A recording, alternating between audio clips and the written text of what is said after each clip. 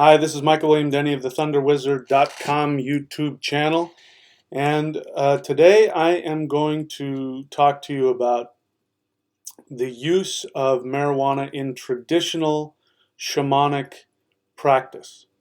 This subject comes up a lot in my Q&As, and sometimes I get into long discussions with people about it, and there are people who have different opinions than I do, and so lots of times people will say that I need to do my research and I need to do that kind of stuff. So um, I want to share with you today some research that I have done over decades. So I have researched this deeply. I have personal experience with it. I want to share that with you. And I want to talk to you about, from the traditional shamanic understanding, how power plants in general, but specifically today I want to focus on marijuana, how that is used, and I'm going to give you a balanced perspective on both the benefits as well as the drawbacks. So if you are interested in understanding what the role of marijuana is in multiple shamanic disciplines all over the world, and the understanding of it as a healer and a medicine. If you really want to get the balanced understanding, then I invite you to watch the whole video. There's a very good chance I may say something that will offend everybody on both sides of the extreme. But if you stick with me long enough, and if you're serious about understanding it, I think there's some really good information here for you. So again, I'm communicating as a practicing shaman. I'm not talking from the medical perspective, although I do have a little bit of research into that as well. But I'm going to be talking to you about it from the perspective of a practicing shaman. So we need to look at things in context here, and we need to understand some history before we take a look at this in general. And I'm also going to be addressing some of the comments and arguments that people have made to me during some of the live Q&A. So that's why I'm doing this in a recorded fashion, because I really want to focus on just the message here today. And hopefully this can be helpful for you. So first off, if you're interested in what it is that I do, please go to thunderwizard.com. And also we're going to be talking about life force energy, because plant teachers are amplifiers of life force energy. So if you're interested in life force energy, go to qigong.thunderwizard.com. Okay, so let me get started here. So I've got myself on some notes so that I don't get too off on tangents. So as I said, I'm going to be talking about the traditional shamanic understanding of cannabis as a spiritual guide and as a medicine. Understand that when I use the word traditional, I'm not talking about necessarily the modern neo-shamanic understanding of the word shamanism. So first I have to do some definition. What does the word shamanism mean?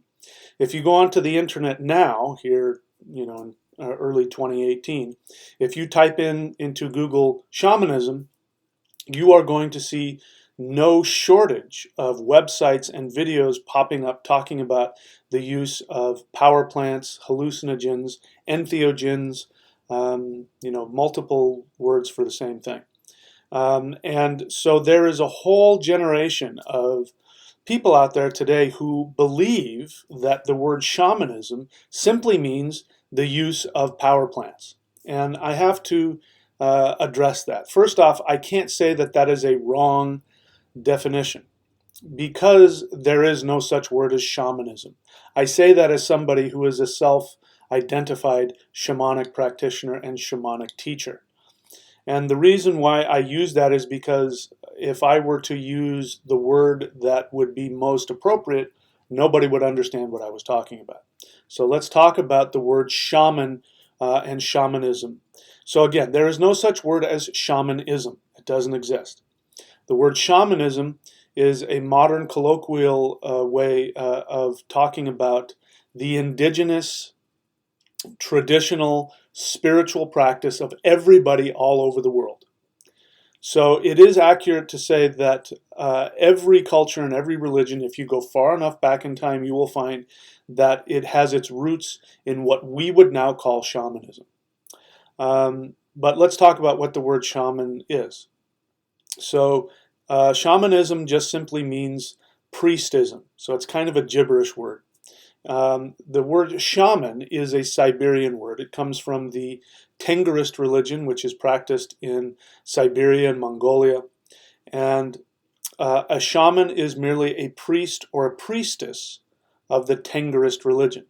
Now, as it happens, the Tengarists are what can be called animists. So an animist is somebody who believes that the universe, in all its forms, physical and non-physical, is composed of life force energy and is composed of consciousness. Animists believe that everything in the universe has its own conscious awareness, even down to my cup of tea here. My cup of tea has consciousness, and if I choose to, I can communicate with that. Right now I'm going to drink it.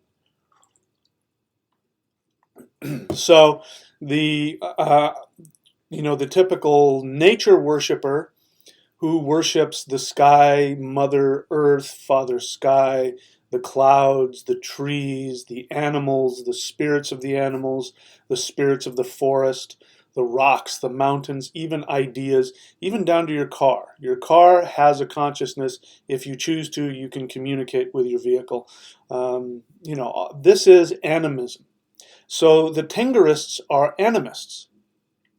And I won't get into the history of it, but at some point in time, what happened is that Europeans took the word shaman to mean animist practitioner, so they started applying it to everything. They'd go to Africa and they go, oh, those guys are shamans. They'd go to East Asia, they'd go to wherever the heck it is, Native Americans, they go, oh, those are shamans. What they mean by that is that those people are animists. So the term, for instance, Native American shamanism is very offensive to Native Americans because Native Americans are not Tengarists. They have their own religion. And the only thing, if at all, that connects them to the Tengarist religion is the fact that they may both share an animist worldview. So when I use the word shamanism, I have a complete understanding of what that means, and I use it because if I walk around saying I'm an animist practitioner, most people won't have any idea what I'm talking about. So why is this important? It's because there's a whole generation of people, like I said, you go onto Google, you type in shamanism, and what comes up is people talking about using entheogens and plant teachers and hallucinogens. And so there's a lot of people who think that shamanism means using plant teachers or hallucinogens for spiritual practices. And that's just not accurate. So I could get into my history. I've been doing working with shamanic traditional teachings from all over the world for decades now. I won't get into all of that. If you want to learn more about my history, you can, but we're not going to do that here.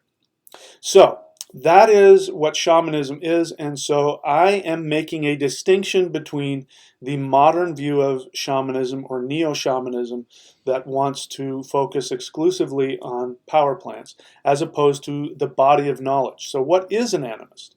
An animist priest or priestess is somebody who acts as a mediator between the spirit realm and the human realm. So that could include any kind of meditative or trance-induced state, either with or without the aid of power plants, to communicate with the other realms, to bring information back, to heal. But the bottom line is the shaman, priest, or priestess is here to bring balance between the spiritual realm and the physical realm. That has to do with healing a lot. Okay, so there's that. It's important to understand that. Otherwise, we've got a lot of people running around throwing words around. They don't know what it means. And this is a tragedy because there is some real benefit to true shamanic and traditional shamanic understandings, but it can be sullied if it's not done with proper understanding and proper education. So sometimes people accuse me of not having enough research, and they want to give me videos and all that kind of stuff. And so I'm here to give you some actual um, research from a traditional shamanic perspective. Okay, so let us continue with that. So I'm specifically focusing on cannabis or marijuana as a spiritual guide and as medicine. So it is true that cannabis has been used for, we don't even know how long, thousands of years in many cultures as a means of connecting on a deeper spiritual level as well as a medicine. One of the most notable is in India, the Aghoris, which are tantric ascetic yogis who use marijuana, and that's where we get the word ganja from, because they smoke a lot of marijuana in their spiritual practice. And also, they use alcohol. By the way, they use a lot of alcohol. So they use intoxicants. Intoxicants is a big part of their spiritual practice. Does that mean it's right for you? That's a whole other subject. But I do need to acknowledge that it is done, and I don't have enough understanding to tell you exactly where, but I have no doubt it's used in many other parts of the world in traditional settings. So in order to understand how plant teachers are used in traditional settings, we need to talk about it. Because for the modern Westerner, your modern average American, to get his or her hands on some mushrooms or peyote or marijuana or anything else and decide that they're going to use it in a sacred way, they are probably not having a complete understanding of how that is done and what the process out of it is. It's not like going to church. Going to church is a sacred time, and you go and you pray to God, and that's a sacred space, and you have a sip of wine for the communion or whatever. That's not how it is viewed traditionally. You can't just sit at home and decide, I am going to be spiritual now, and I'm going to partake of this power plant, and therefore that makes it okay because now I'm protected. That's not how it works. You have to understand that it is true. One of the things that people will say to me when they want to talk to me about using power plants is they say that power plants have spirits and that you are connecting to the spirit of the plant. And therefore, plants are natural and these are healer spirits. And, so they use that. And that is a half-truth. There's nothing untrue about what they just said. However, again, they're coming at it from a Western perspective, which it does not understand the traditional shamanic law of the equal exchange of energy. So whenever you gain power, there's a reason why they're called power plants, because you gain power from them, and you gain a lot of power from them. And so whenever you're dealing with a spirit, and I completely agree with them, marijuana, peyote, mushrooms, ayahuasca, all of these plants have a very powerful deity associated with them, a very powerful spirit. And so when you relate to this deity, there is going to be an exchange of energy. So traditionally, what happens, and I'm not talking about modern, let's go down and go to an ayahuasca retreat and pay $500 and stay at this, and there's a bunch of people and a guy walks around and gives you. More often than not, those are not done under normal traditional context. Normal traditional context, what happens is that you grow up in this culture which has a connection to this plant and this deity, and this deity has made a relationship with you, with your tribe, and so you understand the rules. When you're dealing with a deity that powerful, you understand that there are rules and there are precautions, and that so what you have is you have a qualified shaman who has a connection with this deity, with this plant. And this shaman is responsible for your safety and is responsible for your education to help you understand how to have a relationship with this deity, with this plant. And so there is always a sacrifice, because when you're dealing with a very powerful deity, this deity will demand an energetic exchange of energy. So there's a payment that has to be made. You pay the shaman. You also may make a sacrifice to the deity. You may have to make a sacrifice to the community. You may have to make a sacrifice to the animals or to the forest. And it's not just a sacrifice like, oh, I've made a little rainbow and put it on the the stump of the tree. No, it's going to cost you something. So that creates a protective barrier because you're dealing with pure power.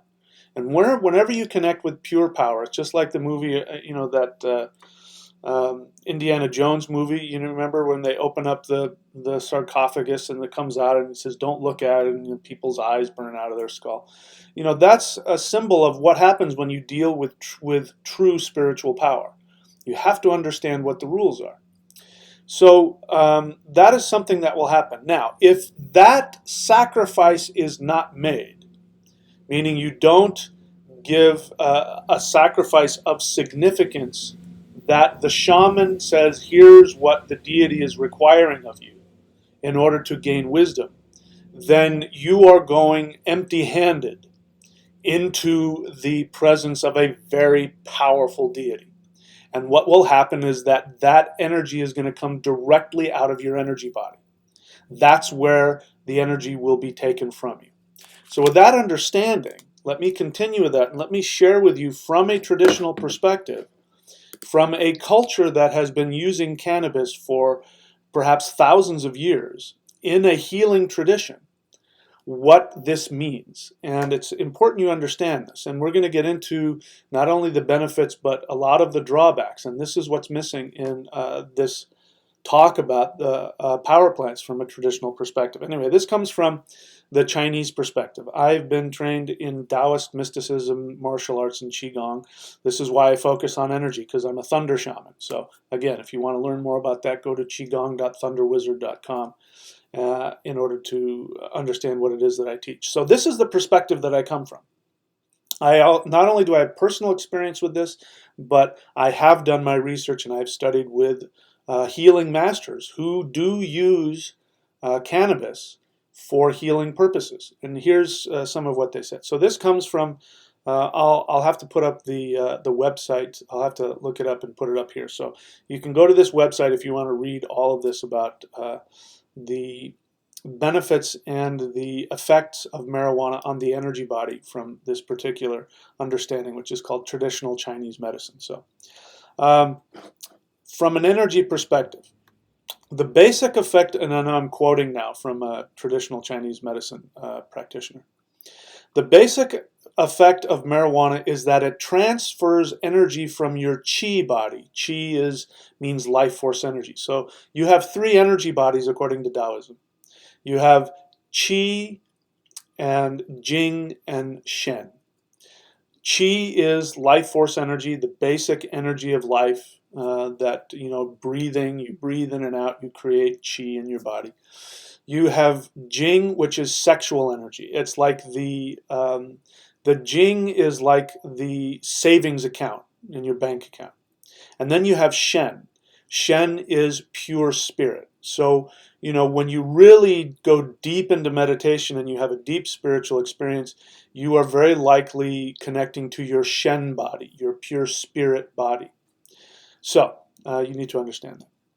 So, the basic effect of marijuana is that it transfers energy from your qi body to your shen body, leading to an expansion of consciousness, which is where the effects of being high come from.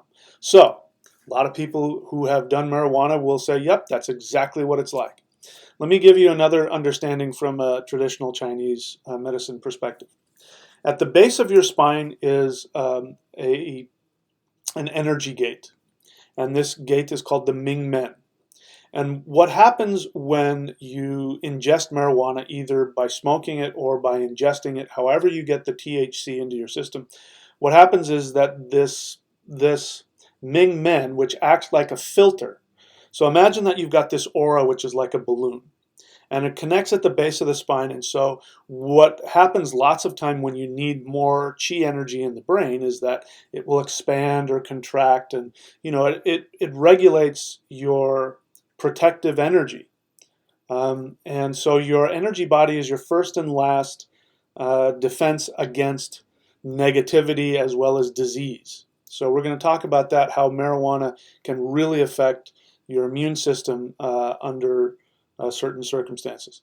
So what happens is when you ingest THC is that this Ming Men opens up like immediately. It goes, it's just like opened up to maximum. And what ends up happening is that your aura, which has all of your protective chi in it, it gets sucked up through your spine into your shen, which is up into your brain. Your brain and your higher spiritual awareness, when your third eye is opening, that's your shen.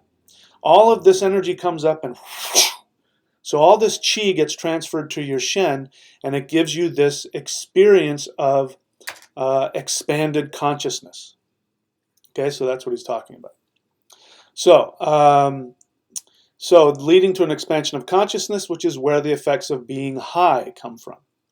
Since this is a forced artificial effect, it naturally has to end, and once it does, the energy recontracts back to the chi body. A few problems arise from this. The first is that, typically 3 hours afterwards, the chi body starts to fill with gunk. And then he says, to people who can see the energy body, it looks like a gray residue, which somewhat pollutes the body. The second effect is that this transfer drains the chi, which can lead over time to various physical complications. Many patients with weak chi have their immune system give out from continuous pot smoking. Additionally, since the jing, remember the jing is like the savings account, which is your sexual energy. Additionally, since the jing is the normal place gone to for the chi to restore itself, a common side effect of smoking marijuana is the munchies, as the body is wanting to restore its energy reserves. Overall, this causes a decline of chi over time. So what you end up having is you do have an energy exchange. So again, remember what I said earlier. The spirit behind marijuana is a deity. It's a very powerful deity. And whenever you deal with a deity from a traditional perspective, you have to have an exchange of energy, always. And when you come into the presence of a deity and you do not have something of value that that deity wants, in exchange for that, that payment is going to come directly out of your spiritual energy, your life force energy. This is what black magic is all about. This is why, contracts with the devil and all of that. This comes from this understanding that when you're dealing with spirits of this nature, you can't just simply show up and do a ritual and not have to pay a price. So this is why, traditionally speaking, a shaman will do a lot of work. He will sing a lot of songs, he will do a lot of prayers, he'll do his own journeying, and then he will know what it is you need to give.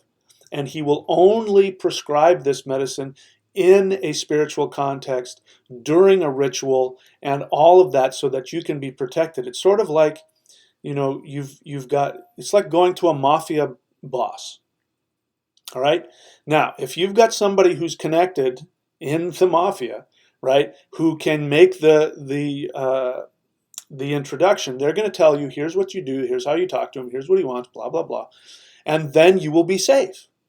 But if you walk in off the street and walk up to the mob boss's desk and ask for $10,000, you're going to put yourself in a very serious precarious. He might give you that $10,000, but not without putting you into a very serious position where it's going to end up costing you $100,000 down the line. And if you don't pay that $100,000, then there could be a bigger price. This is that's an extreme example, but the respect that comes with these deities that are connected to these power plants has to be understood. And I am saying that most people in the West who call themselves shamans, who are doing these chemicals, even though they think they're doing them in a spiritual context, are actually getting themselves into some very deep trouble. Okay? So, having said that, let's talk about other things that are connected to marijuana. Now, I have said this on my live Q&As, and this has been my experience. as well. Not only personally, but when I interact with people, and some of you may understand this. People think that I'm being critical. I'm not. But what I've said is that in my experience, potheads, people who wake and bake, people who smoke pot on a regular basis, I find them to be very passive aggressive, and I find them to be very unconsciously angry. And sometimes they will, have bursts of anger. If you tried talking with them, and if you've ever had this experience with a pothead, you piss them off, they will argue with you and they just give off this vibe sometimes. Well, the reason for that is this, and I'm going to quote the traditional Chinese medicine guy who I'm using as a source here. Next off, he continues, the primary organ system affected by smoking pot is the liver, in that it expands and grows out. The liver has the characteristic of having one of the most noticeable energy fields when it expands, i.e. its linked emotion is anger, and when someone gets angry, a presence can be felt in the room not commonly gotten with other emotions. The liver is a wood element yin. Yin means feminine. Yin organ, and due to the 5-element controlling cycle, when it is in excess, it invades the yin earth organ, which happens to be the spleen. Since the spleen governs hunger in the Chinese traditional medicine system, this also accounts for the food cravings generated after smoking pot and the liver expansion. In the case of individuals with weak qi or weak energy bodies, smoking pot makes you sicker.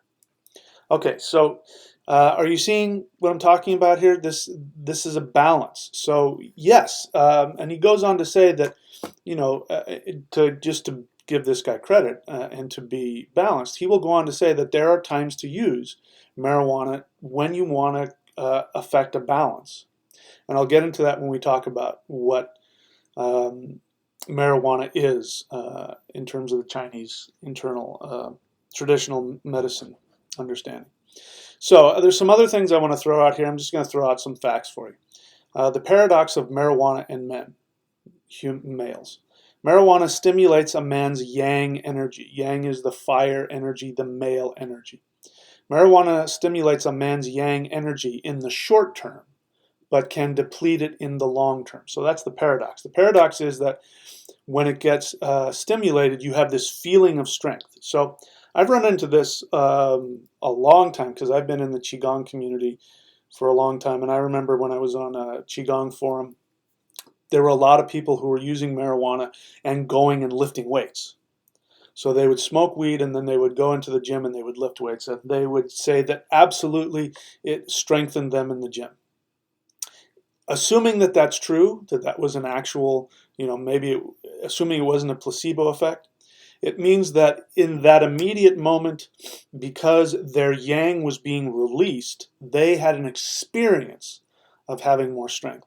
But what they're talking about is that the yang is actually burning itself out. And as it's burning itself out, you experience it as it's burning out. So the long term, it actually makes you weaker. So if they continue to do that over time, what you're going to find is over time, their ability to lift is going to get less and less and less and less, even though in that moment they're going to feel this surge of energy. Because, it's like going into your savings account without putting anything back in. Okay, so then there's marijuana and accomplishment. So this is, you hear about, potheads who just sit around and don't do anything. This is why. When a man is stoned, he may get motivated to do things, but those things often wind up being inconsequential and frivolous. So I have a friend of mine who, and again, I don't have any moral judgments against this. I have a friend of mine who smokes weed on a daily basis. It's a guy. It's a guy I've known for years. He's my best friend. I've known him for a really long time. And he's always calling me with these business ideas. These business ideas that are completely unreasonable, and I have to explain to him, do you realize what it's going to take to get to that level that you're talking about to be able to just, yeah, but if you could get there, like if you could open a casino and then do this, then yeah, but what about the money to open the casino? So this is what I'm seeing. He gets these great ideas, but there's just no way to actually put it into actual practice. So it just stays in the realm of the intellectual fun, being stimulated to think about accomplishing anything, but nothing actually gets done. Again, this is coming from a traditional Chinese perspective, and these are people that have been using cannabis and hemp and marijuana for thousands of years for all kinds of physical ailments. This is some of the side effects of it. Marijuana and yang energy. Remember, yang energy is fiery male energy. Marijuana appears to give a man yang energy in the moment, but all it's doing is giving him something that feels good while it's taking that energy away. I already explained that. And then here it says the impotent trap. The one thing a man needs to get out of the trap is the very thing the marijuana has taken from him over time, which is his yang energy. So you can see how this can, in men, create a dependence because men want to feel that yang energy. So when you smoke marijuana, you get the yang energy gets inflamed and you feel it, but it's because it's leaving you. And so after it's left you, then you feel less of it, which makes you want to feel it again, so you smoke the weed in order to feel that yang energy. You can understand that. And then goes on to talk about marijuana and impotence. The turn on of marijuana. Marijuana can help men who are suffering from impotence in the short term within certain boundaries, but not in the long term. I've explained that already because it's releasing the energy, but you're losing it. It's not like it's making you more virile. It's actually you're draining yourself of the energy, but as you're being drained of the energy, you're experiencing it, which feels good. Stimulating circulation and sexual fluids. The effect that marijuana has on the circulation and sexual fluids is often enough to arouse a man into a very enjoyable sexual experience. A lot of people talk about how great sex is when you're high. Marijuana is a stimulant, and all stimulants must come to an end. Marijuana, men, and feminization. Marijuana is a special case stimulant because it can tend to feminize a man with chronic overuse. I know that this has also been found to be true in medical circles. I won't get into it because I can't quote it and be sure about it. But I can remember hearing about it. I've certainly known guys, and I'm sure you have too. The typical stereotype of the balding middle-aged pot smoker with breasts hanging out instead of muscles is a good example. Okay, so why does marijuana have side effects? Again, this is coming from a traditional Chinese perspective, and I'm quoting here now. It's all in the name. Why does marijuana have side effects? The whole story is contained in the Chinese name for marijuana. Marijuana's name in Chinese is Huo Ma, which means fire hemp. They call marijuana Huo Ma because of its fiery nature. So what's a fiery nature? It means that if you take marijuana, it can have the same effect on you as if you were exposed to fire. So you can see, if somebody has a need to have fire stimulated in their system, there is a definite medical use for that. And so the Chinese weren't afraid to use whatever if they needed it. So that's why they called it that. So it means that if you take marijuana, it can have the same effect on you as if you were exposed to fire. If you expose yourself a little bit, it will just warm you up. A little bit more and you'll start drying out. Even more, you'll begin burning, and so on. Marijuana can start a kind of fire inside of you when you take it. This fire takes a definite progression through your body and mind if you expose yourself to it again and again. So you can see what he's saying here is that if you use marijuana on a regular basis, you're going to burn yourself out. And you're going to start a fire, and that fire is going to go through, and obviously, that's not healthy, and it's certainly not balanced. So he goes into talking about the traditional shamanic view of hallucinogens, which I've already talked about, so I won't get into that. But he says something very interesting here. He uses this analogy. He says marijuana is like a magic bus. At first, the bus goes in the direction of your goals and your dreams, which means you stimulate the yang energy, which stimulates your desire to achieve things, which is good. Sometimes you need a push start, get you started. So marijuana will do that, especially if you were to do it one time in a traditional shamanic way. If you were to do it one time under the right conditions and you were stuck, remember, if you're stuck, then it could motivate you and get you going in the direction. That's what he's saying here. So marijuana is like a magic bus. At first, the bus goes in the direction of your goals and dreams. If you can manage yourself well, and that's a big if, marijuana may help you to clarify what those goals and dreams are. But if you don't jump off the bus when your dreams are scintillatingly clear, marijuana will show you this wonderful world and then make a big U-turn and go in the opposite direction. Then it starts to gain speed in that opposite direction and takes you faster and faster into oblivion. The big question is if you will get off marijuana's ride while it's still going in the right direction for you. So you can see the danger here. So this is what happens when people casually play around with this stuff, thinking that, yes, they have this experience, and in the beginning especially, they have this mind-opening experience and blah, blah, blah. But the deceptive nature of that is that then you get turned around and you're still thinking, wow. And as we've talked about earlier, your ability to actually follow through on that not only becomes diminished, it becomes weakened significantly. So I want to address something somebody said. Some direct. Now I want to respond to some direct arguments that was given to me during one of my Q&As, because I think it represents a lot about the psyche of marijuana use. So let me take a look at that. So this was during a Q&A. There was somebody named Logan. I'm using his name. I'm not trying to call him out. He wanted to have a long, extended conversation with me about it. So he brings up some points which I think are valuable to look at.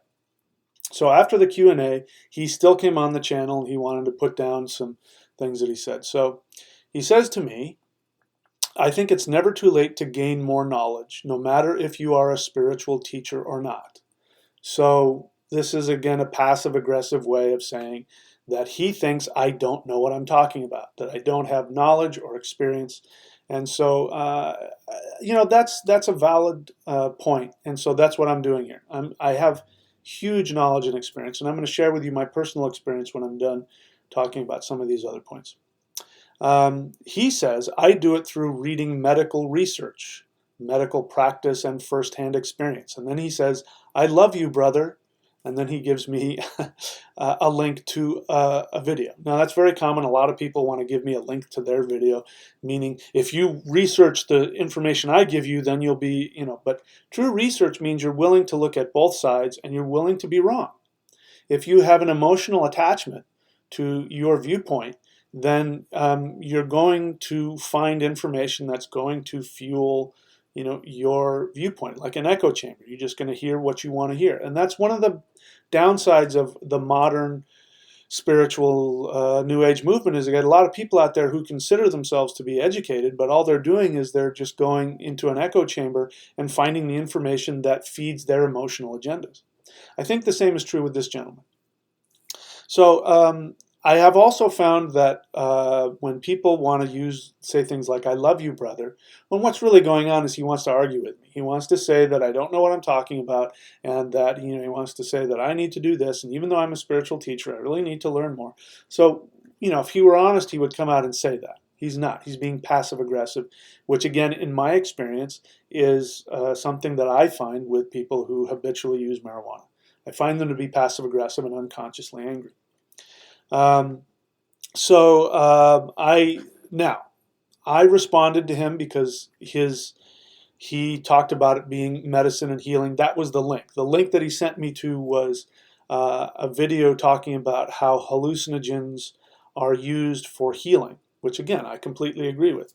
So I said to him, tell me, what life-threatening illness are you battling with that you are treating with cannabis? And here's his response. He says, I'm not anymore, but a couple of years back I've had, and let me see if I pronounce this right, pharyngonasal cavity cancer. So basically he had cancer in his nose. That's some pretty serious stuff there. He says, I was following my intuition and used various supplements and medicines to cure it, including inhaling water-filtered cannabis smoke into my nostrils. One day, directly after one such procedure, combined with oregano oil flushes, I started coughing and snorted out some red yellowish crap out. Altogether, it was the size of a tennis ball. I kept it in my fridge for a couple weeks. At this point, the cancer was gone. So, I am going to give him the benefit of the doubt and believe him. I totally believe that happened. But what's interesting to note here is that he, as a side note, he admits that he combined it with oregano oil. You saw my reaction when I saw that he's got cancer in his nose, and what he's doing is, basically bong smoke, which comes up through water filtered, marijuana smoke directly into his cancer-laden nose. And I shake my head because that's the last thing I would expect to do. Having said that, he combined it with oregano oil, and oregano oil flushes then. Now that makes perfect sense. Oregano oil is a very powerful antiviral, antifungal, antibacterial. It's incredibly powerful and very healthy. I take it every day when I remember. A couple of drops under my tongue every day. It's really intense stuff. So that doesn't surprise me at all. What surprises me, though, is that then he makes the conclusion. So he has now made the conclusion that because he infused it with marijuana, that marijuana somehow was part of that healing process. We don't know that. He hasn't done any studies. He doesn't. We don't. From what I can tell, I'm willing to bet that the marijuana did one of two things. It probably didn't help. It probably got in the way. But oregano oil is so freaking powerful that it could have been negligible, the limiting effect that the marijuana would have had on that. The other thing is that if he's got an emotional attachment to marijuana and THC gives him a calming effect, and there could have been a placebo effect, which I also believe in very strongly. Very powerful in healing. The mind can do a lot of healing. So if he believes that, and once he gets the effect of the marijuana and it calms him down, it makes him feel good, then that is absolutely going to aid in this kind of healing scenario. So again, but I don't think that on a chemical level, just my experience, my understanding of it, I can't see that. And there's certainly nothing in that proves anything other than oregano oil probably did the job. There's certainly no evidence that says that marijuana did it for him. So he goes on. At this point, he says the cancer was gone. So congratulations. I will give that to him. Good for him. Congratulations. And I mean that in all sincerity. Then he goes on to say, I also suffered from severe depression at the beginning of my awakening process. So there's an assumption in there. I don't know what that means. Awakening process, he's spiritualizing everything. He went through some severe depression. Awakening process, does that mean he was going to therapy? Does that mean he was becoming aware on an emotional level? Great. Does that mean that he was achieving some kind of spiritual state? I don't know, but it's kind of over-spiritualized, and again, there's an assumption there. It doesn't tell me anything. At the beginning of my awakening process, I've read about mushies, I guess he's meaning mushrooms. I've read about mushrooms having power to help people with depression. So we tried it out with my wife.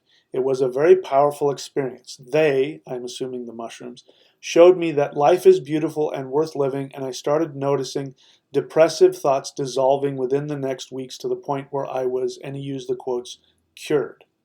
All right, so I've also seen this as well. I've heard of it. I've heard that there are chemicals within mushrooms that can help people with the symptoms of depression. And sometimes people will take micro doses of certain things in order to combat depression. Here's the shamanic take on that. Even if that's true, that he cured himself from depression, it doesn't necessarily mean that he cured himself from the causes of his depression. But at the same time, like when you get the bus moving in the right direction, it may have stimulated something for him, which if he kept going, he might have healed himself. I will give him that. Because depression comes from the and I believe in this definition that I read from a psychologist, which is depression is the inability to see a future for oneself.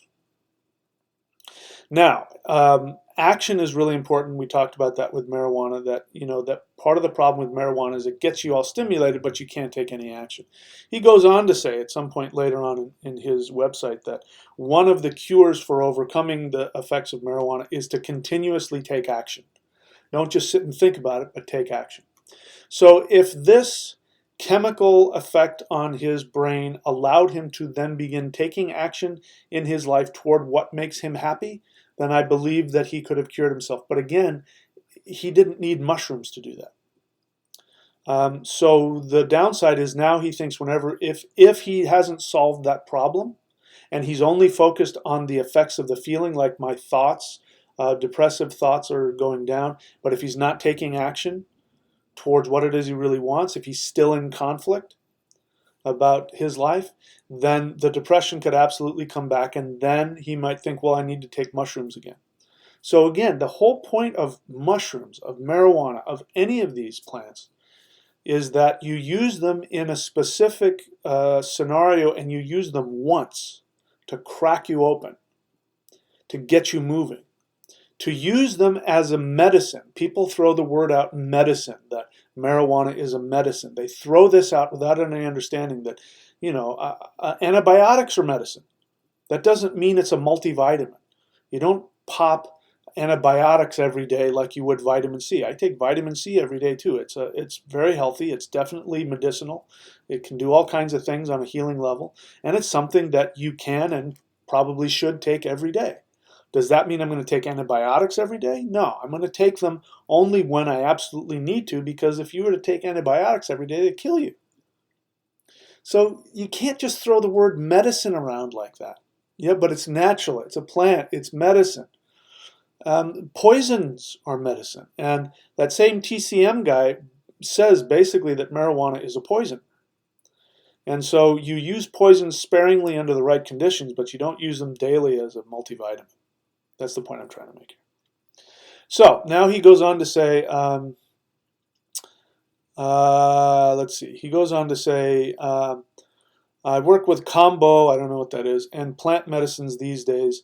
I helped a few people overcome depression and anxiety, guiding them through mushroom ceremonies. Again, that's an assumption. I don't know that that's true. I don't know that you cured them. You may have guided them through an experience with mushrooms, which may have stimulated them and given them some optimism, but I have absolutely zero evidence that it cured the source of their depression.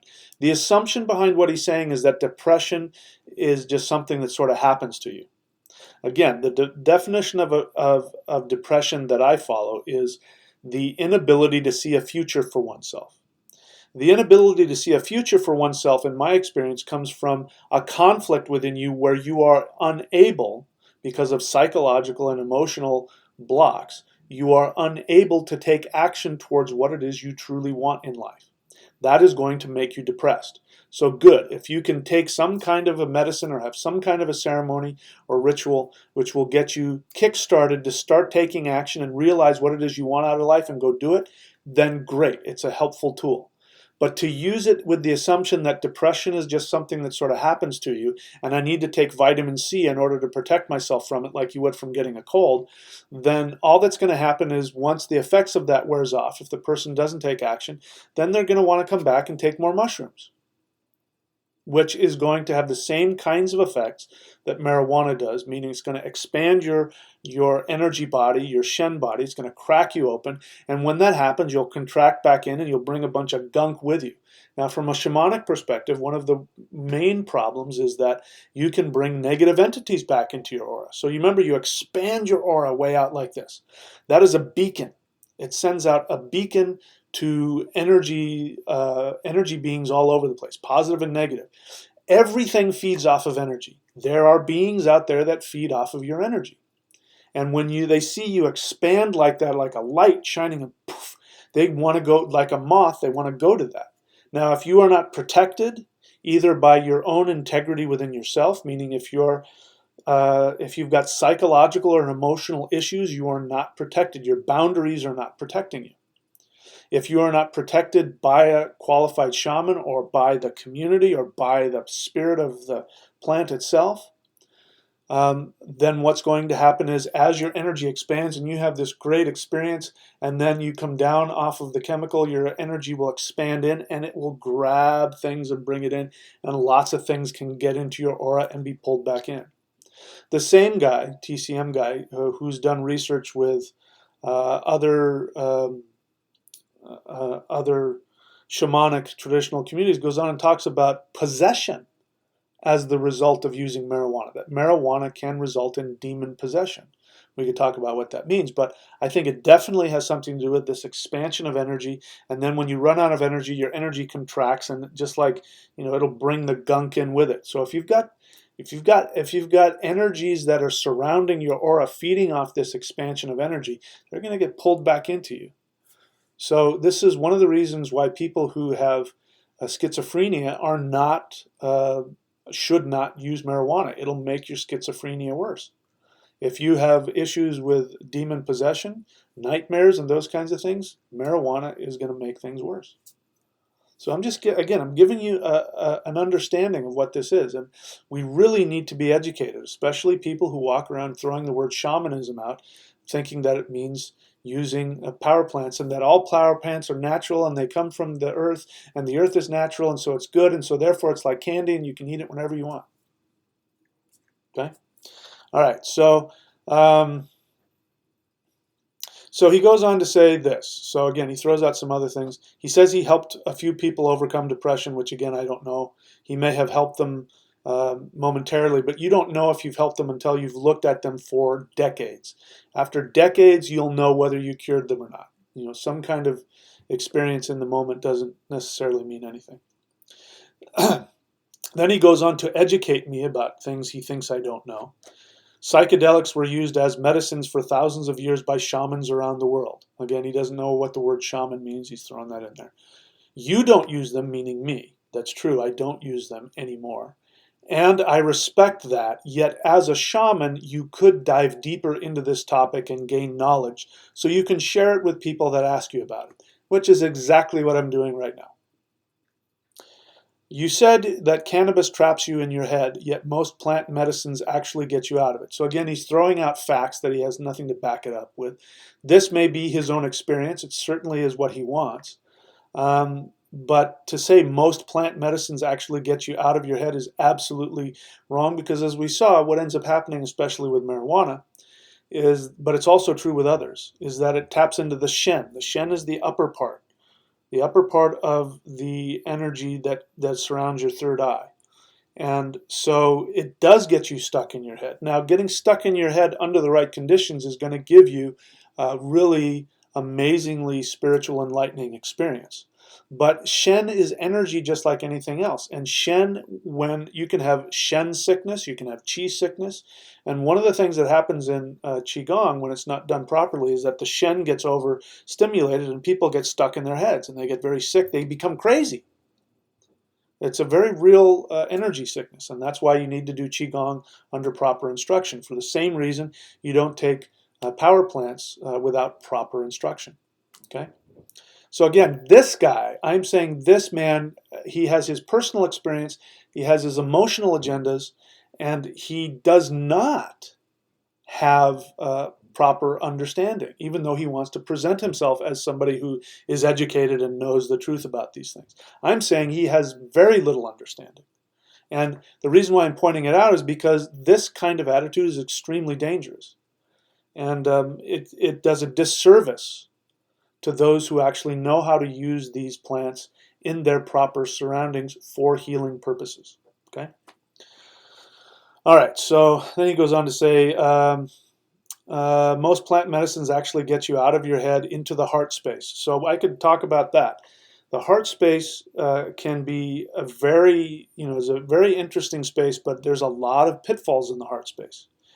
When the heart is operating from its highest perspective, it means that you understand love and compassion, and you have tolerance and patience, all the things that you would connect to the heart center. But the heart center has a negative side to it as well, which is when you're out of balance, when you overindulge in spirituality, when you overindulge in anything that can open up the heart center, love, sex, chemicals. Let's just assume for argument's sake he's right, that it puts you in the heart center, which all that means is that he has this experience of having loving feelings. Now, I can tell you from enough experience, not only as a person, but as somebody who counsels people, that there are people lots of times who are in this great, wonderful space of feeling loving, and they're extremely destructive. This is what happens, in the beginnings of relationships that go bad. People are trapped in their heart space, and it's really wonderful. But what's happening is that they are using that, or it is having the effect of sublimating their unconscious rage and fear and anger. So just because he has this experience, that it gets him in his heart space, it tells me that that's another way of avoiding. That he's using that to get him to allow the DMT and the dopamine to make him feel goofy and happy, when in reality what's happening is that he's sublimating his rage and his anger, and it comes out in passive aggressiveness, which is what I'm seeing here. Okay? They dissolve your ego so you can see everything from a neutral point of view. Again, having that experience doesn't mean that you are having a neutral point of view. That's just your experience. But I can get why that would create an attachment, an emotional attachment, an agenda to spiritualize your drug use all the time, so you can keep telling yourself that. And again, you become addicted to that. The dopamine wears off. You no longer feel goofy and happy and squishy, so you have to keep using the drug to get yourself back in that heart space. Okay? Then he goes on to say, these plants are technologies given to us by prime creators so we can heal ourselves from within. I'm not encouraging anyone to use them recreationally, but taken with an intention in a ceremonial way that can be very powerful too. Again, he's taking half-truths. So that's a half-truth he's using to twist in order to justify his own personal agenda when it comes to this. Okay? So I had a very long response to him, but I think this response is even better. So let me see. I don't know if I have anything else to say about this. I may have come to the end of it. I do have one other thing I want to say, which is this. So let me give you my experience with marijuana. I have extensive experience with marijuana, so I'm not just some guy like he would say that doesn't have any experience. I have extensive experience with it. And I used it like many people in my generation. I was born in the 60s, and in the 70s I was a teenager. And like a lot of teenagers in the 70s living in Southern California beach cities, I smoked a lot of pot. And what I found is that it did all the things that he mentioned. It put me into a heart space. It gave me expanded awareness. It also did all the other things it said, where it had me sit on my ass where I really couldn't get a whole hell of a lot done. I also had an experience once where I smoked weed as I was getting sick with a cold. And what happened is I got really sick. I felt it. I felt it just sap my energy. So definitely, I felt from a personal experience what happens when your protective aura gets sapped, especially when your body's trying to fight off an invader, a virus. So it's not just a medicine like vitamin C. If you can't just take it and expect it to make you better. So I did this for years, and it became emotionally. I would definitely say I was emotionally addicted. I grew up in challenging circumstances as a child, and like many people who grew up in dysfunctional homes, things like marijuana actually saved my life. So I would say absolutely marijuana saved my life. It saved me from becoming violent. It saved me from getting into a lot of criminal activity I might have gotten into as a kid. So yeah, did it serve a purpose and did it help me? Absolutely, without a doubt. Did it save me from emotions that were far beyond my ability to tolerate? Absolutely. I quit when I was 18, and I won't get into why I did that, but I stopped using it when I was 18. I missed it. For the next 30 years, I would pine thinking about how much fun it was and how beautiful it was, and so I had created a memory of it. Now, during this period of time, I became a Qigong master. I learned very powerful. This is why I have a connection and know so much about the traditional Chinese understanding of marijuana. And I became a Qigong master and a Qigong teacher, and I've been teaching Qigong for decades. And whenever I would do high level Qigong, I would get really high, and that's why I did it. I did it because it gave me the same kinds of experiences I got when I smoked weed. Get me very high expansion of consciousness, and it's because, as we see, what was happening is the same thing that happens when you use marijuana, at least initially, is that your aura expands, your Shen expands, and when that happens, you have these experiences. But the difference is that Qigong doesn't sap you, so you don't reach a high, and because it's not an artificial experience, it's actually something that you are generating from within your own energy body, and you are pulling energy in from the universe at large to create more energy within yourself, as opposed to what marijuana does, which it takes your own energy, expands it, and then there's nothing left and it collapses in on itself. I was getting healthier. Now, I said earlier that whenever you're dealing with powers, that there is always a price. The same is true with high-level Qigong. When you're working with high-level Qigong, you end up working with ascended masters, and you end up working with very powerful high-level celestial deities and just the energy of the universe at large, which is itself a deity. Now, there is a price to pay. The difference between working with a plant deity is that that plant deity is going to want you to give it something.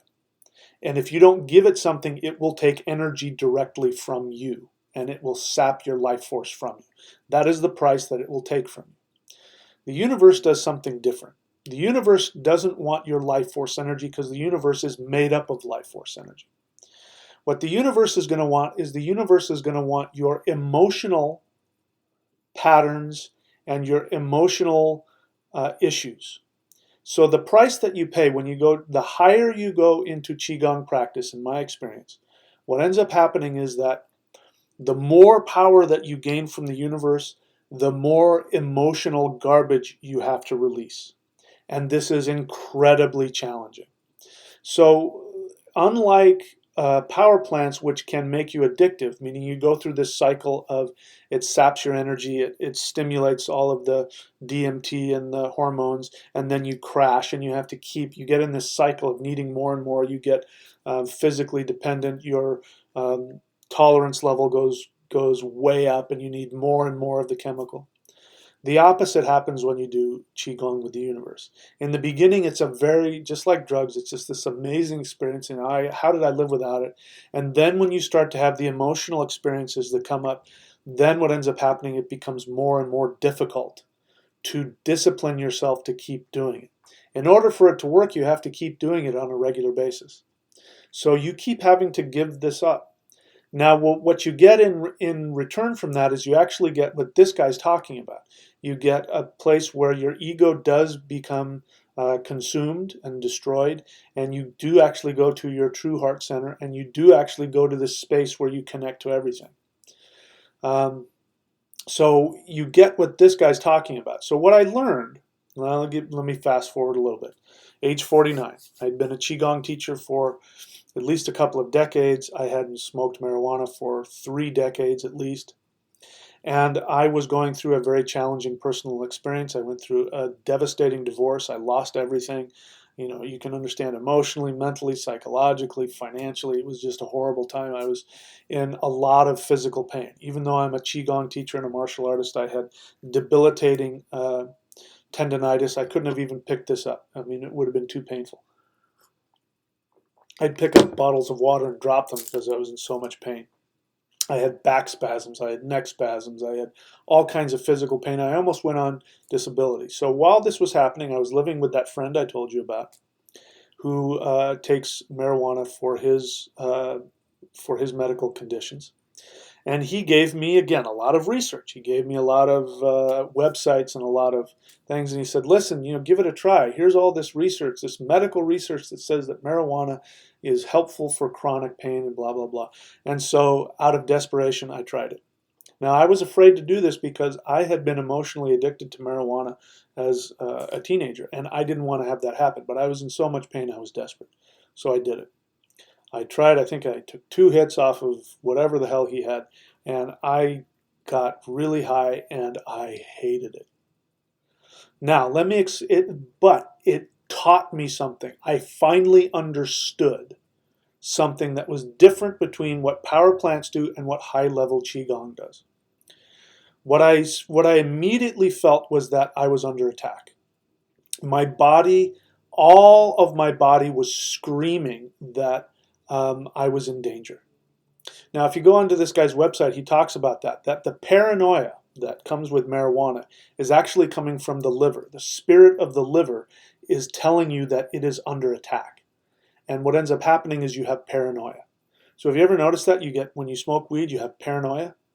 You have whatever else, but you're just paranoid. That's the liver. It's telling you that it is under attack because it can't now deal with the toxins. And so you end up with toxins backing up. This is the first thing I experienced was the paranoia, but I had this direct communication with my body because I've been meditating for decades at this point, and my body was telling me, you are under attack. And I could feel it. And I became aware that what marijuana does is it mimics the effects of true energy work, which is why people do it. So people who are attracted to marijuana are people who are actually attracted to energy work. This is what they are craving. And marijuana ends up becoming a poor substitute for true energy work. So again, if you're at all interested in what true energy work feels like, go to qigong.thunderwizard.com. Or you can go to my channel and do any of the free Qigong that I teach on my YouTube channel. So it taught me a lot about that. But here's one thing that I found that was extremely educating. Now, all of the research that I read said that marijuana would help with chronic pain. The exact pain I was dealing with, tendonitis, back pain, muscle spasms.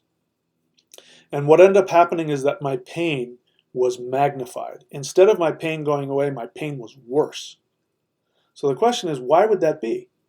Well, again, I had been training my body for 20 years to deal with life force energy in the Qigong method, which is not an artificial forced way. It's the natural way that the body wants to deal with life force energy.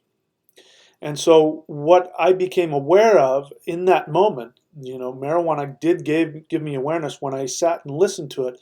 The parts of my body that were causing me the pain were actually angry. They were furious. And if I listened to it, I could feel the fury in my body. And then I became aware that my chronic pain was a direct result of my own internal conflict. I was furious over all of the things that I had been through, and I was stuffing those feelings down, and it was more rage than I can handle, and so it went into my bodily tissues. And so why is it that for some people marijuana actually reduces the pain? It's because these are people who are in a trap of denying the rage inside of them. And so what's happening is that when they take marijuana, because of all of the placebo effects and because it does disconnect you emotionally, they have the experience of their pain being reduced. But what's really happening is that the marijuana is actually pushing their rage further and further down into their unconscious. Now that's not going to work. Once the marijuana wears off, then the pain comes back, which means that their unconscious rage is rising to the surface. Their unconscious depression, their unconscious unresolved personal conflicts, childhood traumas. This is why marijuana works for them. Now, what I'm saying is, again, if you use the true model of using energy, there is going to be an exchange of energy. So you're going to have to choose. Do you want to give up your health and your life in exchange for temporary relief of symptoms, whether that be emotional, spiritual, or physical? Or do you want to give up all of those fears and the anger and the resentments that are fueling the pain to begin with and give it to the universe in exchange for the healing energy? You're going to have to pay a price, and you have to make a decision. And it's going to be painful one way or the other. So you're either going to experience more physical pain and more illness, or you can get it directly from the universe. In the case of my friend, I do believe, again, that these things can be used. And the universe does create windows sometimes that say, you know what, let me give you a little tool. Let me give you a help. Let me give you a push.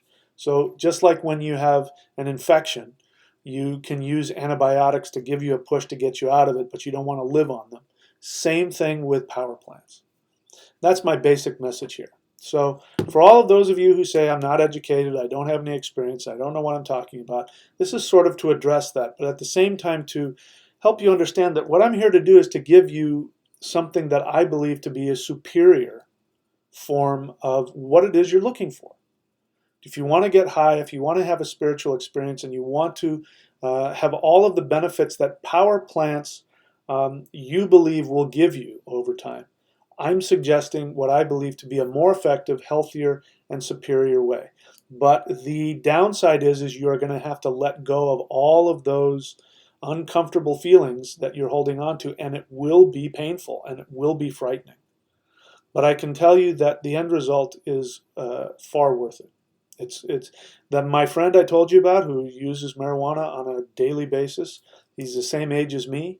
If you were to put us next to each other, you wouldn't even be able to recognize that we were of the same, born in the same year.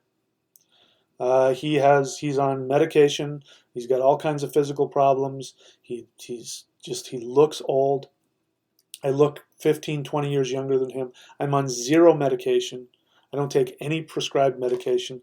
I take vitamins and herbs, and I eat well, and I exercise, and I meditate, and I'm in the best health of my life.